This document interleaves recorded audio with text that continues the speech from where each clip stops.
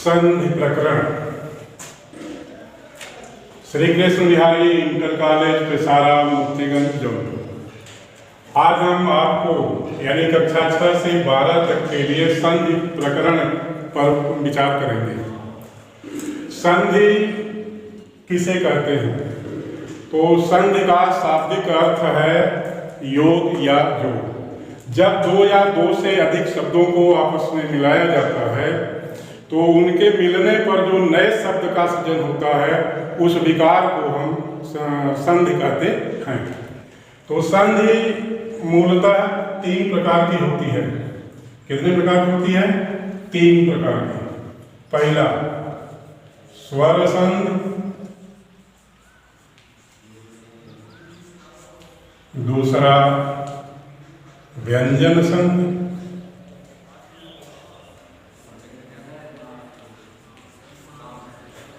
तीसरा विसर्ग संधि।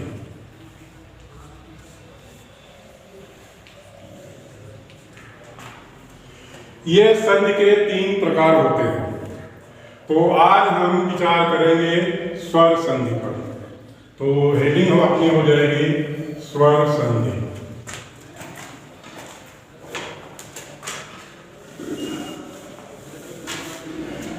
अब किसी भी संधि को समझने के लिए हमें पहले माहेश्वर सूत्र पर जाना होगा।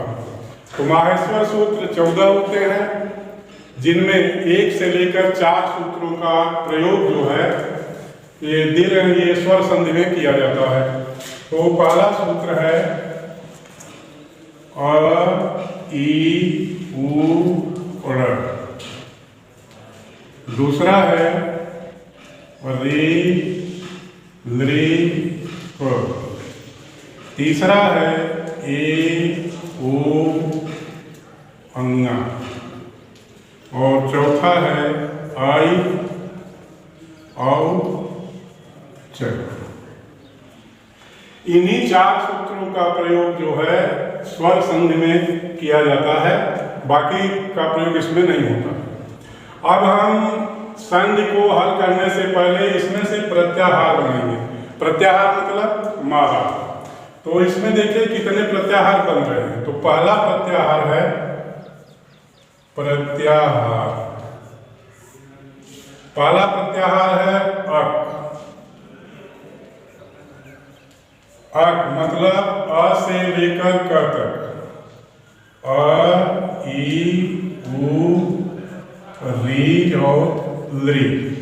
ये क जो है व्यंजन है। तो ड़, क, रंगाचा व्यंजन को हम छोड़ देंगे, क्योंकि हम स्वर संधि की बात करते हैं केवल स्वर की बात करेंगे, व्यंजन की नहीं। दूसरा प्रत्याहार हमारा बनेगा इक। इक मतलब ई, उ, री और लृ। तीसरा प्रत्याहार बनेगा उक। उक मतलब उ से लेकर क तक। उ, री और लृ। तीसरा प्रत्याहार बनेगा एन। चौथा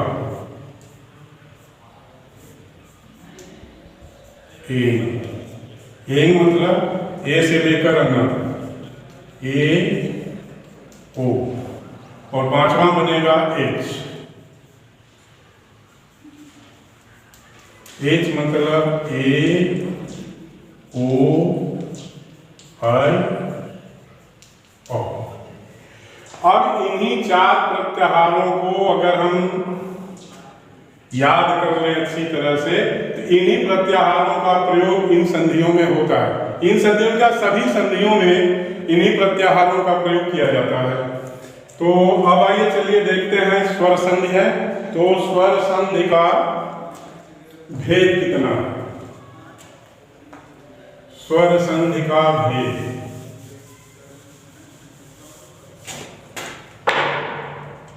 ये स्वर संधि जो है वो 6 प्रकार की होती है। पहली है दीर्घ स्वर संधि। दीर्घ स्वर संधि। दूसरा है गुण स्वर संधि,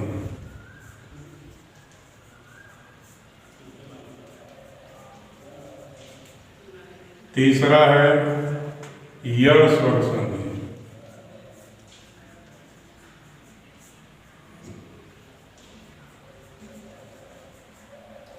चौथा है वृद्धि स्वर संधि,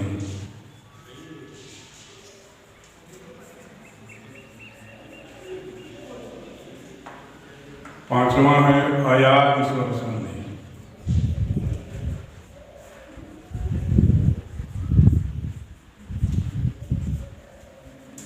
और छठवां है पूर्व रूप स्वर संधि।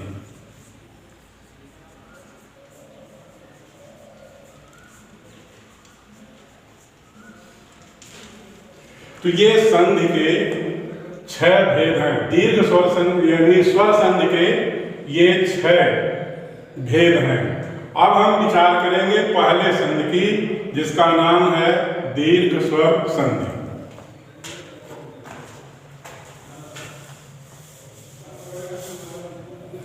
और इसका सूत्र है सूत्र अकः सवर्णे दीर्घ, अकः सवर्णे दीर्घ। अब देखिए संधि का नाम है दीर्घ स्वर संधि और इसका सूत्र है अकः सवर्णे दीर्घ। तो अक, अब इसका हम अर्थ समझते हैं। तो अक है, अक मतलब अ से लेकर क तक, अक मतलब अ से लेकर क तक, यानी अ ई उ री और लृ।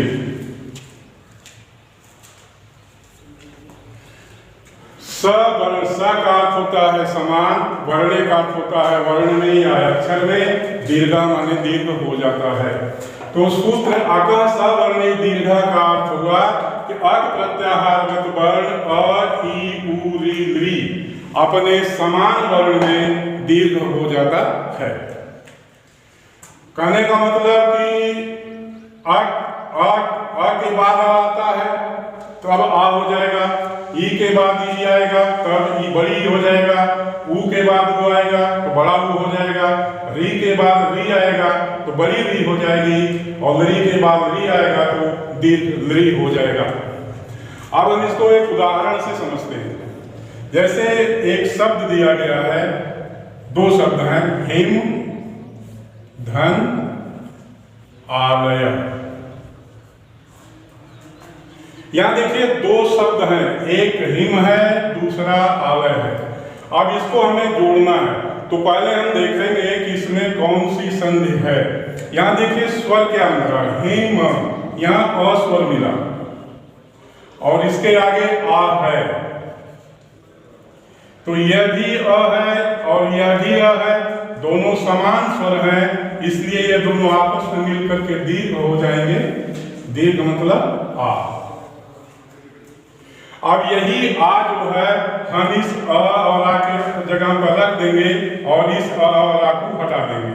जैसे हिम और निकल गया धन, अब इस अ और आ के स्थान पर केवल आ आएगा, आ गया, अब बच गया लय। अब इसको जोड़ देंगे तो ही म व्यंजन है, इसमें आस पर आएगा तो वो ये हलन कर जाएगा, क्या हो जाएगा हिमालय। तो संधि बन गई हिमालय। इसी तरह से दूसरा एक और उदाहरण और देख लेते हैं। जैसे है कपि धन इंद्र। यहां देखिए कपि ईश्वर मिला और इसके आगे ई है, तो ये दोनों समान स्वर हैं, इसलिए आपस में मिलकर दीर्घ हो जाएंगे ऐसे। अब यही ई जो है इन दोनों का स्थान पर आएगा, बाकी ई और ये ई हट जाएगा, तो ये हो जाएगा कप बड़ी ई और स। तो संधि हो जाएगी क पर बड़ी ई और स, संधि हो जाएगी कपीसा। अब इसी तरह से कोई भी है, जैसे ऊ है तो ऊ के लिए देख लेते हैं। जैसे है भान धन उदय, यहाँ ऊ है, आगे ऊ है तो दीर्घ हो जाएगा सूत्र के अनुसार, आकार सवर्णी दीर्घ के अनुसार, तो बड़ा ऊ हो जाएगा। तो ये हो जाएगा भान ऊ और उदय, जोड़ देंगे, ये हो जाएगा भानु दया। ये हो गए सत्य। अब जो है आशा करते हैं कि ये बात अब समझ में आ गई होगी।